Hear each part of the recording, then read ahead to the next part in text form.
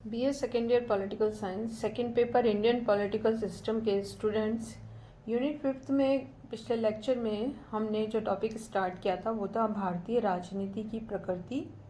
भाग 1 में हमने कुछ बिंदुओं पर चर्चा की थी। उसके आगे आज हम अपने लेक्चर में इस भाग 2 में अन्य बिंदुओं के विषय में भी चर्चा करेंगे कि भारतीय राजनीति की प्रकृति किस प्रकार की है। भारतीय राजनीति की प्रकृति में पहला हम पॉइंट देखेंगे कि पंथ निरपेक्षता ये एक प्रमुख लक्षण है भारतीय राजनीतिक व्यवस्था का।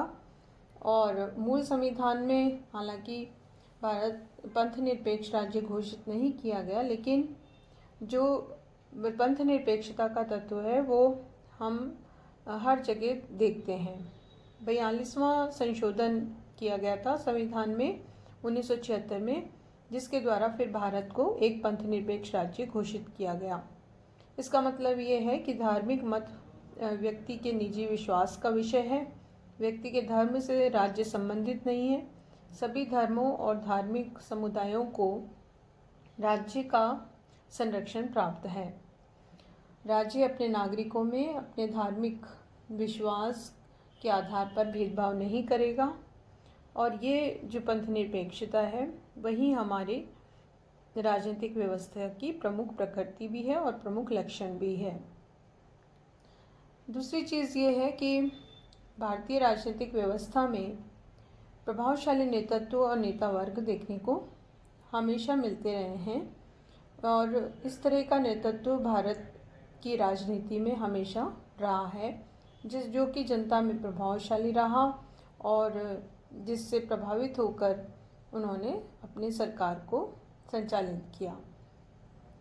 अगर इसमें हम प्रमुख नाम लें, प्रारंभ में पंडित नेहरू, श्रीमती इंदिरा गांधी और इसके अलावा लाल बहादुर शास्त्री, राजीव गांधी, अटल बिहारी वाजपेयी, पीवी नरसिम्हा राव, वीपी सिंह, इसी तरह से मनमोहन सिंह और सोनिया गांधी, राहुल गांधी और अभी वर्तमान में अगर नरेंद्र मोदी जी का नाम लें, ऐसे विभिन्न नेता और नेतृत्व देश को आज़ादी के बाद से अब तक प्राप्त होता रहा है।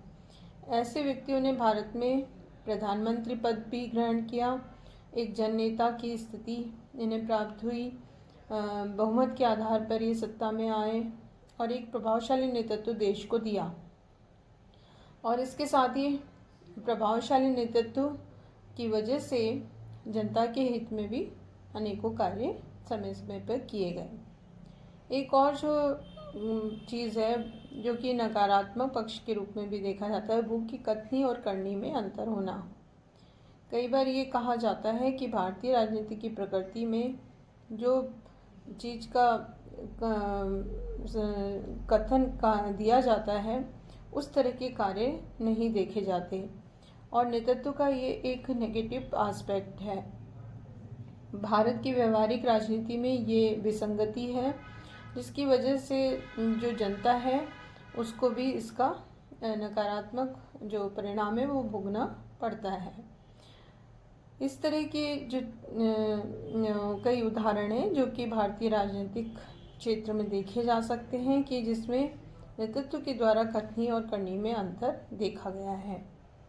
एक और जो प्रकृति का एक बिंदु है जिसे स्पष्ट किया जा सकता है वो कि राजनीतिक दलों से संबंधित कमियां हैं।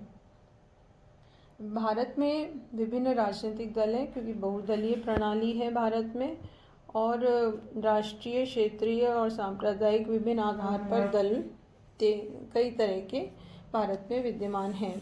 लेकिन एक जो स्वस्थ दलीय व्यवस्था है उसका यहाँ अभाव देखने को मिलता है। लोकतंत्र में स्वस्थ दल होना अत्यंत आवश्यक है, चाहे उसकी संख्या सीमित ही हो, क्योंकि उसकी विचारधारा निश्चित और सुदृढ़ होनी चाहिए। संगठन भी सुदृढ़ होना चाहिए।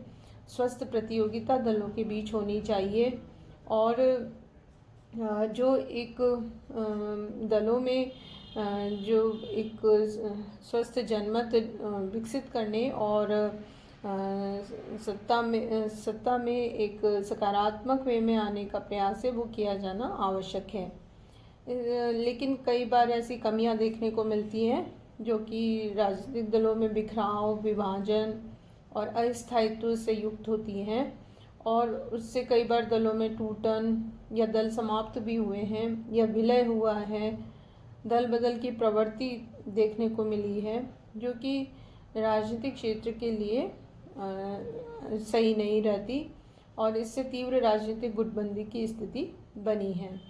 गुट सत्ता और संगठन में अपना वर्चस्व स्थापित करने का निरंतर प्रयास करते हैं, और इससे गुटबंदी की स्थिति हर स्तर पर देखी जा सकती है, जो कि भारतीय राजनीति के लिए अभिशाप बन जाती है, और इसके परिणाम भी उपयुक्त नहीं रहते। इसीलिए ये भी एक ऐसी बिंदु है जिसको हम भारतीय राजनीति में एक्सप्लेन कर सकते हैं। फिर क्षेत्रीयतावाद और क्षेत्रीय राजनीतिक दलों को भी हम स्पष्ट कर सकते हैं। भारत में क्षेत्रीयता का तत्व अत्यधिक है, और विभिन्न आधारों पर अगर हम विश्लेषण करें तो ये जानेंगे कि व्यक्ति क्षेत्र विशेष के प्रति क्षेत्र के हित के बारे में अधिक सोचता है बनिस्बत राष्ट्रीय हित के। तो ऐसे इसका जो प्रभाव है वो राजनीति में भी पड़ता है। भारत एक विशाल देश है, और यहाँ पर निरंतर विभिन्न लोकसभा चुनाव, विधानसभा चुनाव वगैरह होते हैं, और लोकसभा चुनाव में ये जो क्षेत्रीय दल हैं वो अपनी शक्ति और प्रभाव को विकसित करने का, बढ़ाने का प्रयास करते हैं। उसके आधार पर कई बार जीत हासिल करते हैं, अपने क्षेत्र में सरकार भी गठित करते हैं, और लोकसभा चुनाव के साथ साथ विधानसभा चुनाव में भी हम इनकी बहुत अधिक प्रभावी भूमिका देख सकते हैं। कई बार केंद्र में लोकसभा चुनाव के बाद ये दल मिलीजुली सरकार में भी अपनी भागीदारी दे चुके हैं। तो जहाँ तक सकारात्मक रूप में इनका भागीदारी है वो उचित है, लेकिन कई बार जब क्षेत्र विशेष के हित और स्वार्थ पर आधारित ये कार्य करते हैं तो उससे क्षेत्रीयतावाद की प्रवृत्ति उभरती है। क्षेत्रीय दलों ने क्षेत्रीय प्रवृत्ति को अत्यधिक बढ़ा दिया, और दबाव की राजनीति इससे बढ़ती है। साथ ही क्षेत्रीय हितों की, स्वार्थ की राजनीति को बढ़ावा मिलता है, और इससे भारतीय राजनीति में बिखराव की स्थिति पैदा हो जाती है। तो जहाँ कुछ सकारात्मक पक्ष हैं वहाँ पे नकारात्मक पक्ष अधिक देखने को मिलते हैं, इसलिए इसका प्रभाव भी हमें देखने को मिलता है। फिर साझा सरकार और राजनीतिक अस्थायित्व की स्थिति भारतीय राजनीति में समय समय पर रही है। प्रारंभ में तो पूर्ण बहुमत पर आधारित सरकारें बनी, लेकिन 1989, 1996, 98, 99, 2004, 2009 में हम विभिन्न समय में ये देख सकते हैं कि विखंडित जनादेश मिला, त्रिशंकु संसद का निर्माण हुआ, और मिलीजुली सरकार या साझा सरकार, कोalition गवर्नमेंट भी कहते हैं इंग्लिश में, उसका गठन हुआ।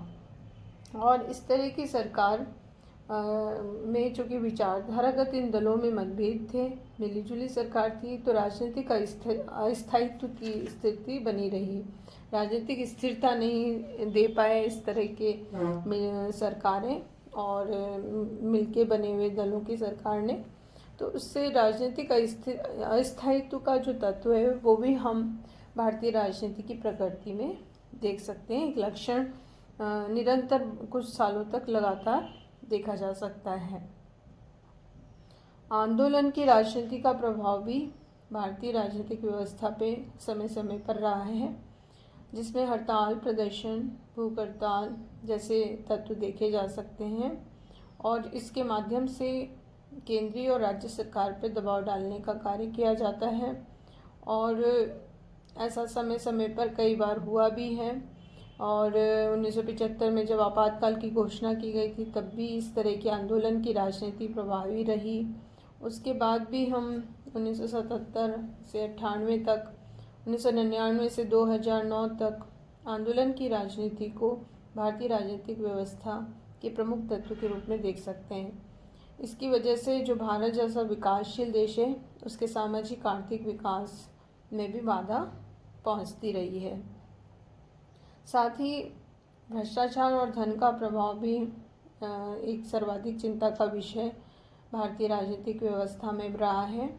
भ्रष्ट उपायों को अपनाना, स्वार्थ में लिप्त होना देश की प्रगति में ये बाधक है और बहुत से जननेताओं ने इस भ्रष्टाचार और धन के प्रभाव को रोकने का प्रभावी कार्य किया। इसके लिए आंदोलन भी किए ताकि ये समाप्त हो सके।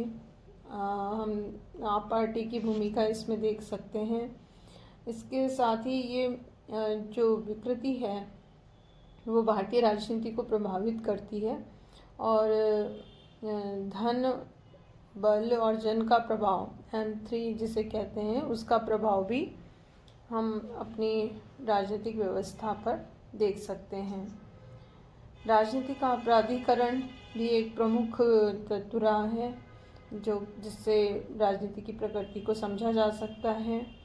विभिन्न अपराधियों का प्रभाव अब धीरे धीरे कम हो चुका है, लेकिन आज़ादी के बाद कुछ वर्षों तक ये प्रभाव बहुत अधिक रहा, जबकि ऐसे अपराधियों ने राजनीतिक क्षेत्र में चुनावी भूमिका में सफलता भी प्राप्त की और अपने राजनीतिक उद्देश्यों की पूर्ति भी की। हालांकि ऐसे अपराधीकरण की संख्या कम है। बीच में आज़ादी के बाद कुछ वर्षों में ये बहुत अधिक संख्या बढ़ गई थी। अभी इस पर नियंत्रण है, लेकिन राजनीति में इन अपराधियों की संख्या बढ़ना और इसका प्रभाव नकारात्मक भूमिका अदा करता रहा और जो कि भारत के विकास में बाधक रहा। और इस तरह की वर्चस्व को भी हम स्पष्ट कर सकते हैं। राजनीतिक दल बदल और अवसरवादिता भी भारतीय राजनीति में देखी जा सकती है। हालांकि कुछ संशोधन हुए जो हमने पूर्व के चैप्टर में देखे थे कि 52वां एक संशोधन हुआ था जिसमें दल बदल को रोकने का प्रयास किया गया। उसके बाद 91वें संवैधानिक संशोधन के द्वारा भी इस तरह के दल बदल को रोकने का प्रयास हुआ, लेकिन उससे पूर्व और उसके बाद भी हम देखते हैं कि जब तक ये संशोधन नहीं हुए उससे पहले तो ये आया राम गया राम की स्थिति हर राजनीतिक दल में थी और ये अत्यधिक दल बदल हो रहा था। लेकिन उसके बाद भी इस तरह के कानून बनने के बाद भी अवसरवादिता की जो स्थिति है वो ख़त्म नहीं हुई है और निरंतर हम ये तत्व भारतीय राजनीति में देख सकते हैं। भारत में अगर इन विभिन्न बिंदुओं के आधार पर देखा जाए तो भारतीय राजनीति की प्रकृति को स्पष्ट किया जा सकता है, क्योंकि भारत एक लोकतांत्रिक देश है और जनता लोकतंत्र के प्रति आस्था भी रखती है। निरंतर भारत की जनता में राजनीतिक चेतना और जागरूकता का विकास हुआ है और इसकी वजह से ही ये उदाहरण देखे जा सकते हैं कि अनेक बार भारत की जनता ने चुनाव के द्वारा सत्ता परिवर्तन किए हैं। तो इसलिए भारत के लोकतंत्र का विकास तो हुआ है और इन कमियों के बावजूद भी निरंतर भारत का लोकतंत्र विकसित होता चला गया है। लोकतंत्र एक नैतिक व्यवस्था है और नैतिक मापदंड और मर्यादाओं को इसके द्वारा स्थापित किया जा सकता है। केंद्र में सुदृढ़ सरकार, स्थिर सरकार होना आवश्यक है, जो समय समय पर जनता के वोट के द्वारा स्थापित भी हुई है। तो इसलिए आवश्यक है कि विभिन्न दल मिलके अगर वो मिलीजुली सरकार बना रहे हैं या बहुमत पर आधारित सरकार बन रही है तो वो आपसी संघर्षों के आधार पर कार्य न करते हुए बल्कि आम सहमति से कार्य करें, रचनात्मक भूमिका अदा करें। लोकतांत्रिक व्यवस्था में निरंतर परिवर्तन हो रहा है, विकास हो रहा है और इस आधार पर हमारा जो भारतीय लोकतांत्रिक व्यवस्था है, राजनीतिक व्यवस्था है, वो विश्व की एक प्रमुख सुदृढ़ राजनीतिक व्यवस्था, लोकतांत्रिक व्यवस्था में से एक है। भारतीय राजनीतिक व्यवस्था में न तो संविधान और मात्र में ये उल्लेख है और न ही ये निर्माणाधीन है कि जो भारतीय राजनीतिक व्यवस्था है उसमें को हम इसका पर्याय नहीं मान सकते कि वो भारतीय संविधान ही हो गया है।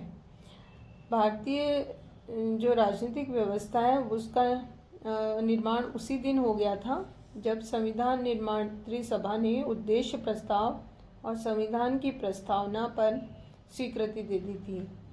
तो इसलिए भारतीय राजनीतिक व्यवस्था पर जब हम विचार कर रहे हैं, इसकी प्रकृति को समझ रहे हैं, तो इससे मतलब है कि शासन का स्वरूप क्या है, इसकी प्रकृति, इसका नेचर क्या है, इसका उद्देश्य क्या है, नीति कैसे बनती हैं, वो कौन से तत्व हैं जो कि हमारे नीतियों को, निर्माण को प्रभावित करते हैं, राज कार्य को प्रभावित करते हैं, जनता के मूल्य क्या हैं और उनका जो चरित्र है, हमारे देश के लोगों का जो लोकतांत्रिक जो दृष्टिकोण है वो क्या है, ये इसके द्वारा स्पष्ट करना है। भारत की राजनीति में निरंतर नए मोड़, नए परिवर्तन, नए विकास होते जा रहे हैं, नए आयाम विकसित हो रहे हैं और इन्हीं सबको समझना भारतीय राजनीति की प्रकृति को समझना है। तो इसको हम भारतीय संविधान का पर्याय नहीं कह सकते। भारतीय राजनीति की प्रकृति एक प्रक्रिया है, एक निर्माणाधीन है और ये निरंतर चलने वाला एक प्रोसेस हम मान सकते हैं। इस आधार पर हमने देखा 2 लेक्चर्स में कि भारतीय राजनीति की प्रकृति क्या है और इन विभिन्न बिंदुओं के आधार पर हमने इसको स्पष्ट किया।